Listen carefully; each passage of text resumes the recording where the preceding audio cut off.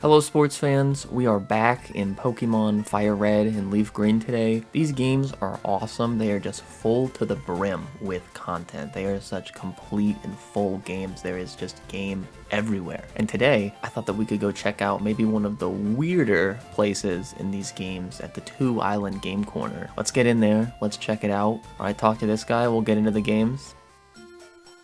Huh? Now what in the world is a wireless adapter? Okay, this might be harder than I thought.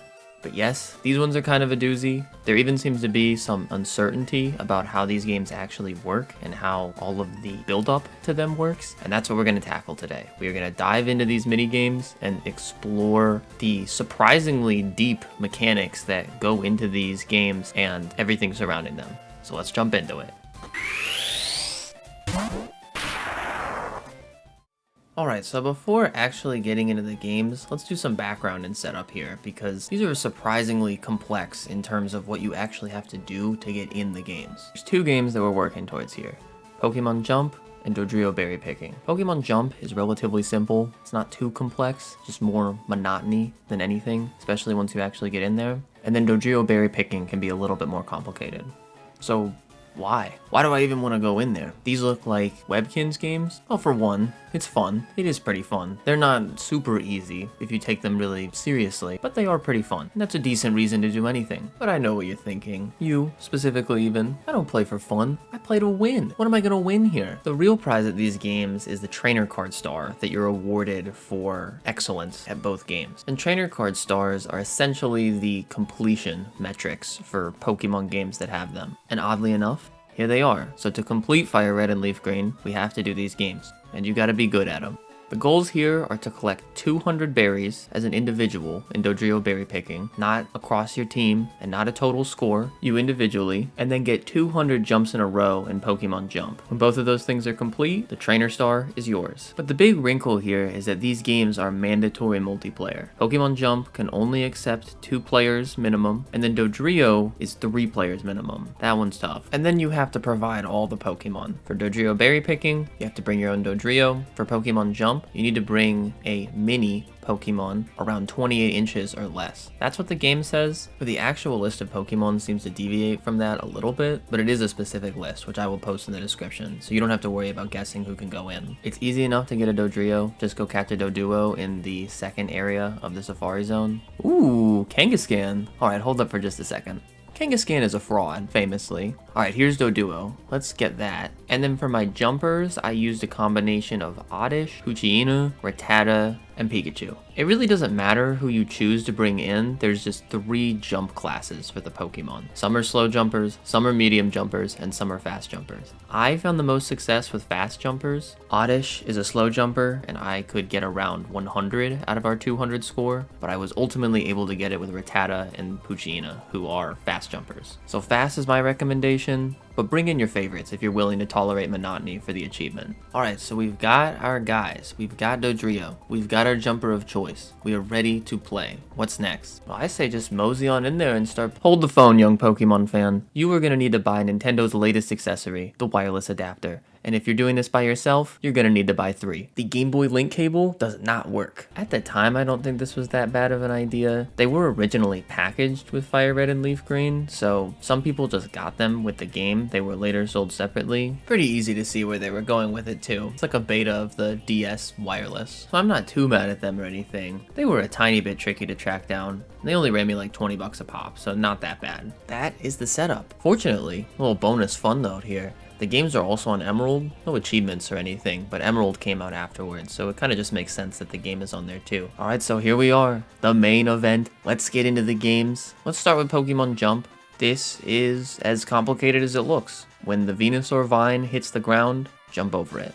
The only real complexity is the jump speed that I mentioned earlier, and that can make it either easier or harder for you depending on how it's going. Oh, and I want to make a quick note here. You're going to notice that the overlay has switched to the Game Boy Player. which is a fun little device that lets you play Game Boy games on the GameCube. And since the Minigames require a wireless adapter, the only way I could think of to get footage for them was to run a capture on a Game Boy player, which fortunately has a slot for a wireless adapter. Now, I have seen Pokemon Jump successfully emulated. That seems to be possible, but public opinion currently seems to indicate that this is impossible for berry picking, so we're using the player. And this is most likely the reason these games are considered so obscure. They're definitely reasonable to play on your own if you can get adapters, but footage is hard to come by unless you have all the Nintendo accessories and a capture device. Capturing is the thing that takes all the work, and that's mainly because of how expensive all the old Nintendo stuff is nowadays. And this was only possible because I had a friend in town, and I asked him to bring his Game Boy player with him. So if you were thinking about trying to complete FireRed or LeafGreen, do not be discouraged about the lack of footage. They are absolutely possible, they are not that bad, you can do it. All of this is not necessary to just get the games done, but I hope you enjoy the show. So as I was saying, yes, right, Pokemon Jump. So this game is deceptively simple. It is really mechanically simple, just jump over the vine, but these Venusaurs are out to get you. And if one person messes up, everybody's done. And you need that 200 in a row score to complete the game. This is why I recommend the fast jumper, just so that you can react easier to the Venusaurs. They mess with the tempo on you pretty regularly. Even worse, it didn't really feel like there was a pattern to the way that they would change tempo across games. It seems to be around 40, 35, 50. They will go from pretty fast to slowing down. And then around 150, 160, 165, they will really start messing with you and do like fake outs, going slow, fast, slow, fast. That's where I usually wiped out on this, and that was devastating when it happened, so be wary of that. Not to mention, doing this on the GameCube lags. So I ultimately got it 2 Game Boys in my hand, where I was pretty much just pressing A at the same time. That is what I would recommend. It is probably the most surefire way, but getting 200 in a row will still get pretty frustrating unless you have lightning reflexes for the end. Only other thing to add on this game, if you do pretty well, you get berries. It's actually pretty anomalous. In my research for this video, I couldn't find anything about the berries that are given as a reward for the Jump game specifically. So naturally, I headed for the FireRed LeafGreen decompilation, which I will link in the description, but these lines of code indicate how the prizes work in this game. As you can see, this list of berries is a possible prize, and then you receive these quantities of those berries upon reaching certain scores. This is the only place I was really able to find this specific info. It's not well documented, as most things about this game are, but with that information in mind, that about covers Pokemon Jump. Moving on to Dodrio berry picking, this is the game. This is the one that if it's gonna give you a hard time, it's gonna be this one. And I would say that mainly because Pokemon Jump is very doable on your own. You just get a Game Boy in each hand and time the A presses off of one screen. Dodrio is a minimum of 3 and has different inputs going on for all 3 players. I tried doing it by myself at first. That went very poorly. Very poorly even, ahaha. So I eventually got Jon and Sarah, huge shout out to them, to learn the game and play it with me, and ultimately we were able to get the score. The games are kind of dishonest here because both Jump and Dodrio berry picking are framed as competitions, but in Jump you have to work together. If someone loses, then everyone loses, so it's not really a competition. But in Dodrio berry picking, as you can see these berries falling from the sky, there is active competition to pick them from your friends. There's no mention of 200 berries picked by the individual to get the trainer star. So when we were initially doing this, it was kind of a free-for-all and things were very tough, and we never broke 150. But when we came back and tried on the second day of us playing this game, Sarah came up with a new strategy of kind of funneling berries into one player and then passing the funnel around once each copy got the 200. That was ultimately how we got it. That seemed to be the most effective strategy.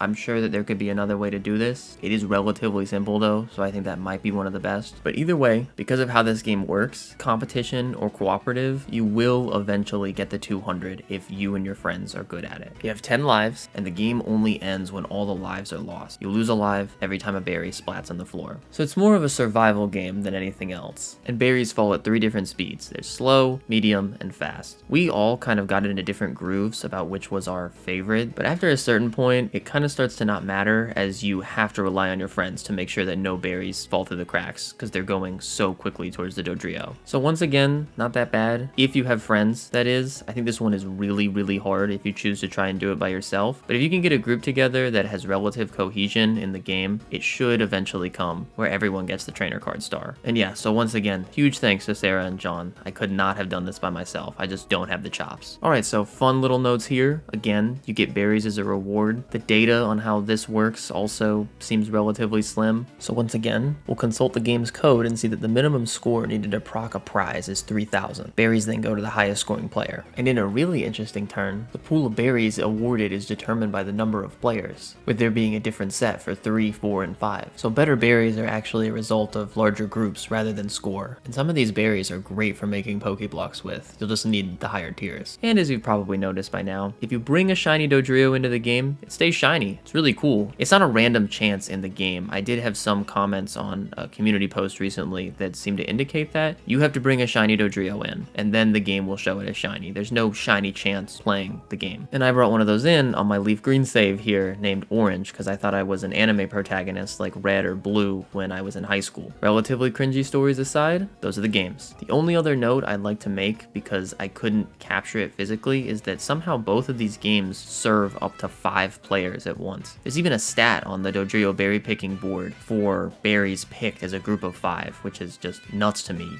I need 5 Game Boys and 5 adapters, and I'm sure some group of kids when these games came out were up to that challenge. It's just really, really cool to me that they had that level of playability. So when you're done here, you head over to these boards. Pokemon Jump, 200 jumps, Dodrio berry picking, 200 berries picked. If you got both of those, check your trainer card. On this LeafGreen save, Orange, I actually managed to do this before beating the Elite Four, so this is the only star I have, and I haven't even beaten the game yet. On FireRed over here, I'm in the post game, but I haven't done any of the other stars yet, so I've got 2. So those are the trainer stars. You have completed an achievement in FireRed and LeafGreen. Final thoughts in summation: Pokemon Jump is cute at first. It's funny that you can jump with Pokemon like Slugma and Porygon. This is the one that really got me. It got me pretty angry in the end. I kept bricking at around 175 because the game would throw new things my way, and I got pretty sweaty. So not my favorite, still a cute game. I say get the 200 jumps, never play it again. Dodrio berry picking, on the other hand, actually really grew on me. It's a ton of fun, honestly. It's a great team exercise if you have people that are willing to work with you. I also think it could be pretty competitive and exciting in that way. It was very frustrating at first, but I had a ton of fun with it. I highly recommend this one if you can find 2 other people with a Gen 3 GBA game and a wireless adapter, as extremely unlikely as that is. But if you've got the stuff, get some friends to come over and try this one out. Pretty fun. That's all I got for you this time, folks. Hope you enjoyed it. Hope you learned something even. I learned a ton throughout this process. Some of the real nitty-gritty stuff in Gen 3 going on here. Covering Gen 3 is the main thing I do around here. So if you liked the video, give it a like, subscribe to the channel, watch another one if you thought it was really good, and I'll see you folks next time. Droomish out.